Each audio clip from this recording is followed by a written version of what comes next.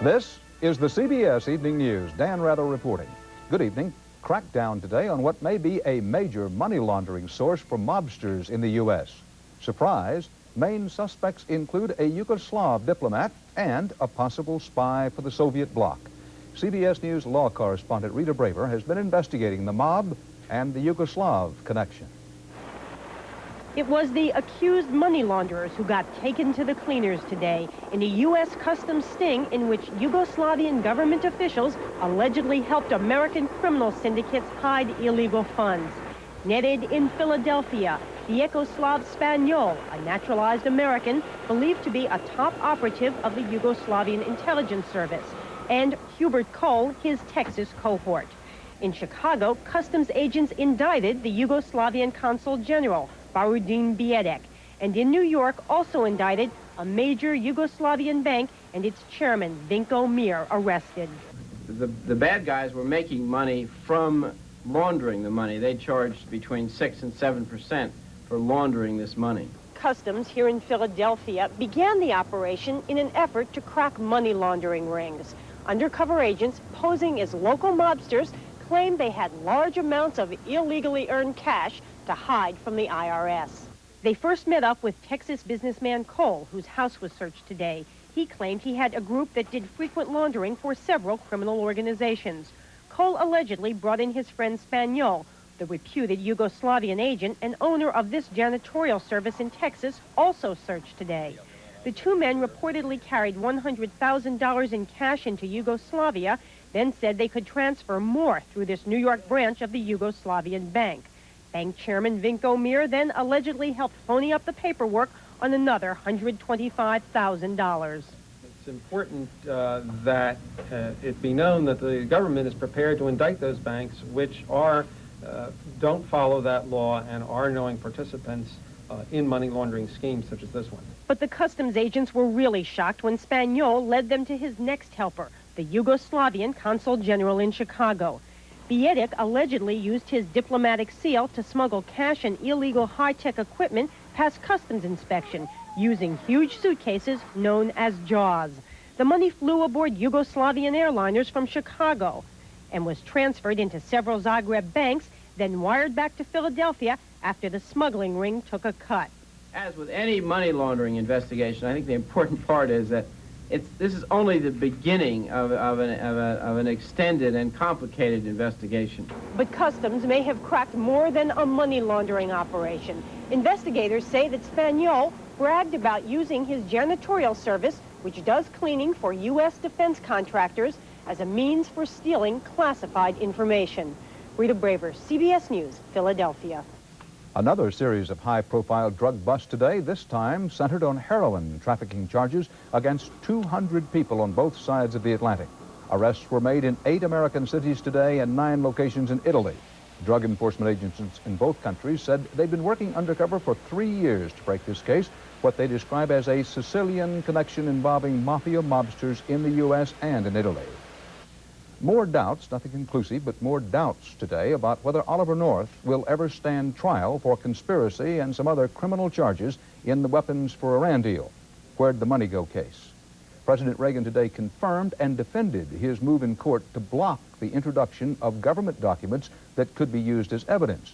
Mr. Reagan cited national security concerns and insisted, no, this was not any backdoor way of getting North off the hook without a trial. Mr. Reagan also said today he won't give North a pretrial pardon. From the very beginning, I said that to consider a pardon would leave, even if I did that, would leave them under a shadow of guilt for the rest of their lives. I think we have to let the judicial process proceed. It is now up to the judge in the case to decide whether Oliver North can stand trial if some classified documents are ruled out as evidence. That might put the burden back on President Reagan for what lawyers would then consider crunch time for the whole North case. An important Israeli go-between in the secret dealing of U.S. weapons to Iran and who reportedly once briefed George Bush in Jerusalem about arms for hostages has died in Mexico under strange circumstances. Details of the death of Amron Nir are still sketchy, but he reportedly died in the crash of a small plane in Mexico and was identified by a passport found on the body. This once key figure in the weapons for Iran deal had reportedly given a different name when he boarded the plane in Mexico. A $25 billion understanding. That's the price tag in the biggest corporate takeover ever, almost twice the previous record. But along with the exclamation points, last night's bidding war victory for RJR Nabisco raised a lot of question marks. And when the dust clears, say experts, some people will be a whole lot richer, some people will lose their jobs, and you will be paying more for some familiar products. Richard Roth begins our coverage. It's the biggest deal in history, but it didn't cheer the cookie makers this morning heading for work at a Nabisco factory in Atlanta. We don't know tomorrow whether we're going to have a lock on this gate or not. I think we'll probably lose our jobs. There's more important morals in life than money. And I don't think we ought to be a human monopoly set. No one's sure yet what will happen to the 120,000 employees of the food and tobacco giant. The buyout of RJR Nabisco is testing the rules of the takeover game. Under the leveraged buyout plan accepted by Nabisco's board, here's what's supposed to happen. An investment group headed by the firm Kohlberg Kravis Roberts will buy up the company's stock for $25 billion, making the nation's 19th biggest public corporation a privately owned firm. But the company's assets are in effect mortgaged to pay for the purchase. The new private Nabisco will be more than $23 billion in debt.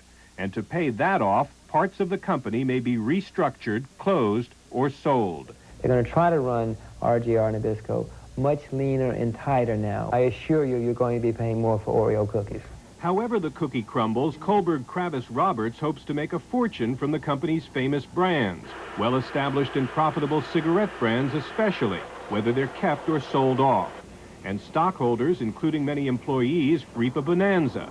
Shares that sold for less than $56 6 weeks ago will be worth $109 when the deal goes through. No one has ever bought anything bigger, paid more, or gone deeper in debt to do it.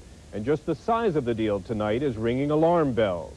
Well, it sends signals that can be summed up in one word: greed. Some analysts are saying it may demonstrate the best and the worst of Wall Street, the ability to make complex, creative financial deals at the risk of taking on huge debts. Richard Roth, CBS News, New York. Making deals is the name of the game in America's financial centers, yet in every deal there's a downside. And more these days, critics are claiming that leveraged buyouts are a financial house of cards. It will fall, and it's frightening. It's like the Twilight Zone, or it's like Alice through the Looking Glass. Leveraged buyouts saddle a company with mountains of debt. If business goes bad, is in a recession, or interest rates go up, as they're doing right now, that debt can crush a corporation. The money spent on leveraged buyouts is skyrocketing from $13 billion in 1984 to more than $100 billion this year, contributing to a corporate debt of almost $2 trillion to American banks, debt which gives some economists reason to worry. This high degree of leverage was one of the several factors that contributed to the severity of the 1929-1933 depression. The head of the Federal Deposit Insurance Corporation is warning bankers that buyouts can be risky business. We're telling them that they cannot concentrate on these areas, that the risk that they're taking must be such that it won't jeopardize the system. It's not clear what buyouts cost the person on the job. Some corporations have actually hired more people. But when a company pares down to increase profits to pay off its debt, it often puts people out of work. What's motivating these deals is one thing: greed. Even by the cynical standards of the 1980s, this kind of a deal gives greed a bad name. While stockholders share the wealth in these mega deals, it's the lawyers and the deal makers who really cash in, making millions without manufacturing anything except the paper it takes to transfer control of the corporation. I think the biggest cost, at least from my perspective, is the fact that an awful lot of productive energy and money is going into a very unprofitable part of our economic sector. In point of fact, we're not making things, we're not inventing things, we're not really creating value. Critics charge it's a corporate America where cashing in has become more important than competition. Harry Smith, CBS News, New York. And still to come on the CBS Evening News, Linda Tyra on the sickly condition of America's nursing homes. And David Dow on a new career for Jerome, Houston's pig in exile.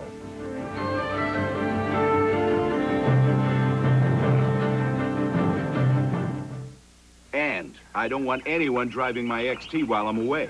You understand? The Subaru XT6 has a powerful 6-cylinder engine, computerized full-time 4-wheel drive, and a design which makes it hard to resist. Somebody drove my car. Who was it?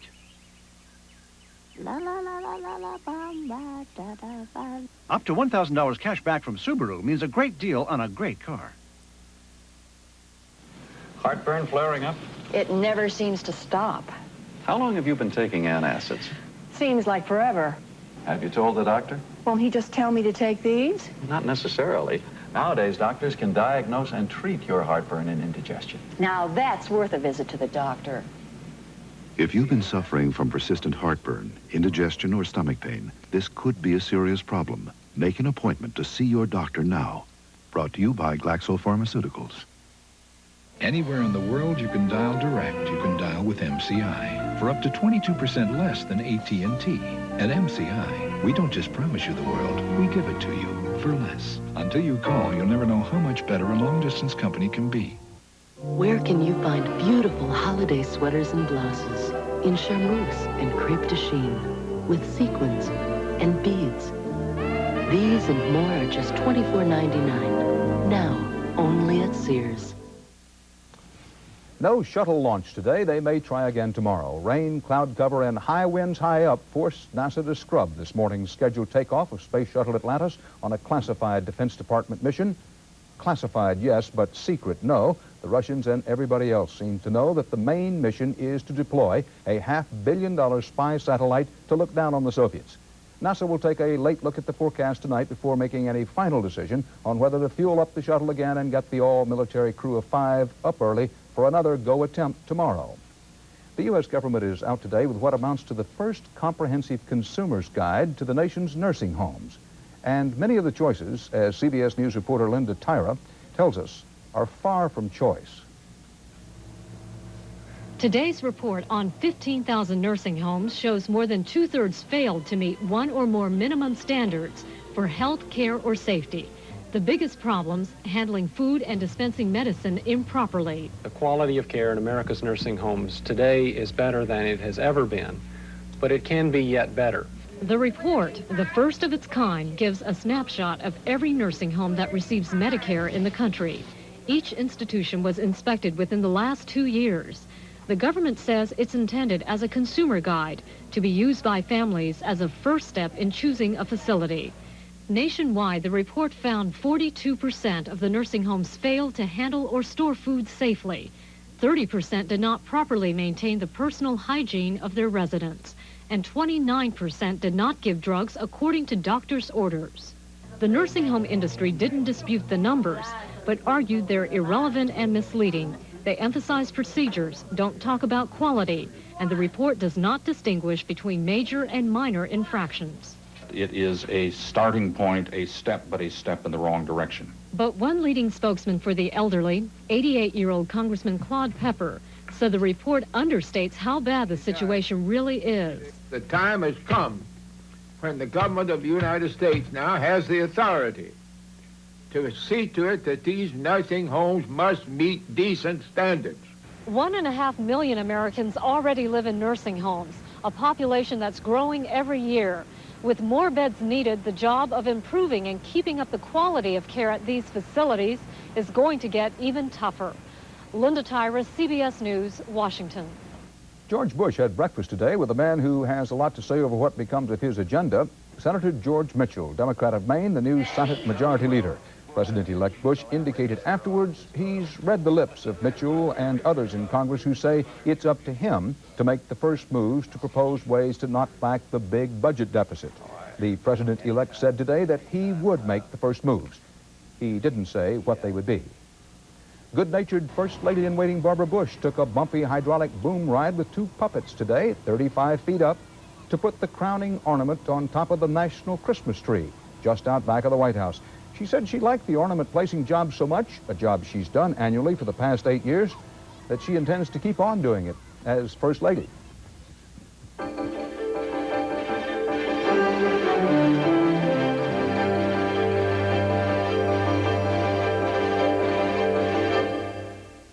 In a case that's become a national symbol for battered women and child abuse. On trial is a now disbarred lawyer accused of fatally beating the little girl whose face is now so hauntingly familiar. The testimony today came from the woman who was supposed to help him raise that child. Correspondent Richard Schlesinger reports. It was the first time Hedda Nussbaum confronted her ex-lover Joel Steinberg in court. The picture she painted of life inside the house where 6-year-old Lisa Steinberg lived and died was horrifying. Nussbaum did not witness Lisa being beaten by Steinberg, but she says he brought the 6-year-old to her after Lisa was already unconscious. She was lying in his arms limp. And I said, "What happened?" He said, "What's the difference what happened? This is your child. Hasn't this gone far enough?" Nussbaum testified she didn't fully understand Steinberg, and then, while Lisa lay in a coma on the bathroom floor, he gave her some peculiar instructions. Joel said, "Relax, just go with her, stay in harmony with her." Nussbaum says she frantically tried to revive Lisa alone. Steinberg, she said, went out to dinner. And I looked at the phone and I started thinking, should I call 911 or Dr. Heiss, who was a pediatrician?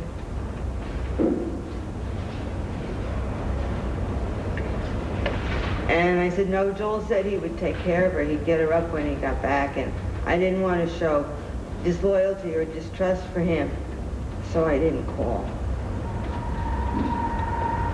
Miss Nussbaum, you knew that Lisa was not asleep, didn't you? Yes. Nussbaum believes Steinberg had healing powers, powers she told him to use on Lisa when he came back from dinner. Okay, you said you'd get her up. Get her up. Lisa never did get up. Richard Schlesinger, CBS News, New York. In St. Petersburg, Florida today, a jury reached a verdict in the trial of Dr. Peter Rozier, charged in the death of his terminally ill wife, whom he said he tried to kill to end her suffering. The defendant is not guilty.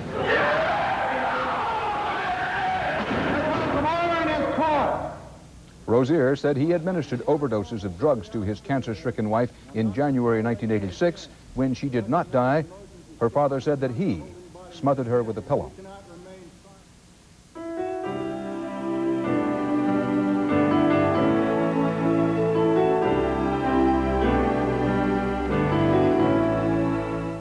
National Security Advisor, Lieutenant General Colin Powell, to be head of all U.S. Army ground forces in the continental United States. Powell was also promoted to the rank of 4-star general, subject, of course, to Senate approval.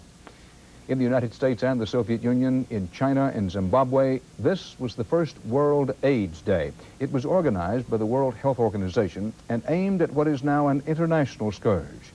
CBS News medical correspondent Susan Spencer reports. The day was meant to force people to look beyond statistics, beyond the 60,000 deaths, to the human side of the AIDS epidemic, to remember the dead, but to remember the living as well. Don't let life get you down. From Hyde Park in London to the AIDS Mobile in Amsterdam to the Curie Labs in Paris, the emphasis was on education to stop the spread of AIDS. Even Moscow joined in, conceding in a remarkably frank broadcast that the Soviets now have more than 100 confirmed cases.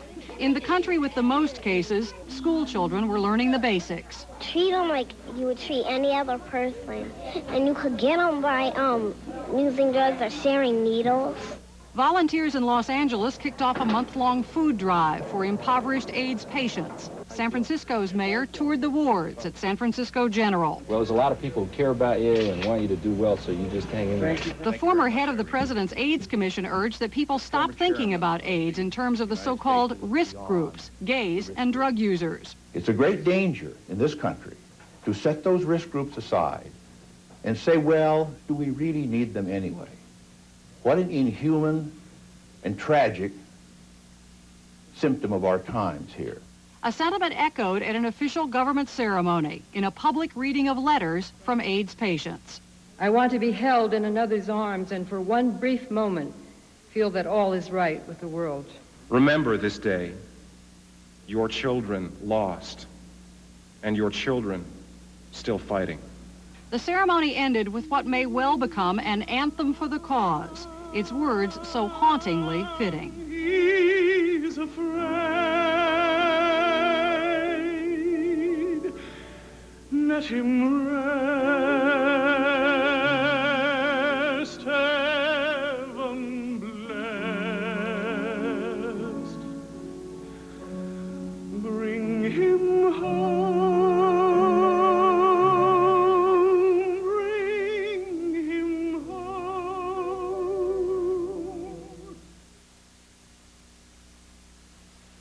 The 700-pound pig in Houston who was in hog heaven until someone squealed on him. Well, we're here now to tell you that the story is only beginning, and the pig is now a rallying point and symbol for a major problem confronting the nation. David Dow explains. Look at that sweet boy. Victoria Herberta drives 40 miles these days to visit Jeffrey Jerome, the white Yorkshire pig that used to live on her front porch near downtown Houston. Jerome was forced to become a country pig, a pig in exile, after city officials enforced a ban against barnyard animals. Well, sure I miss him. He's like a child to me. He's like my son. When the city evicted him from his purple house, Jerome had to be enticed out with bribes of Twinkies. Now his owner is worried. Country life doesn't seem to agree with Jerome. She says he's lost 75 pounds, down to a lean 625. Jerome misses home, says Herberta, and such staples as macaroni, hot dogs, and pizza. And every day he got a pizza. Well, that doesn't happen out here. I know if he could get on the phone, he'd call Domino's, though. But even in exile, Jerome has won some new friends. Hi. A Houston socialite and her colleagues who are helping the city's homeless, who remembered that Jerome's owner has also helped feed the homeless. He's the medium through which Victoria Herberta is able to do her work on behalf of the homeless and the needy in our city. Suddenly, the homeless hog became the symbol of the homeless problem, with his own billboard and his own listed telephone number and recorded message. This is the phone of Jeffrey Jerome, who has been awaiting your call in hopes that you will help rescue him from his stall. So far, city officials seem unimpressed and not inclined to bend the rules. For now, apparently, Jerome will remain a country pig, no matter how much he hogs the headline. Isn't he, darling? David Dow, CBS News, Houston. And that's tonight's CBS Evening News. Dan Rather, we hope you'll stay tuned now for 48 hours in the Rhino War, efforts to save endangered African rhinos from poachers. That's tonight at 8, 7 Central Time. See you then.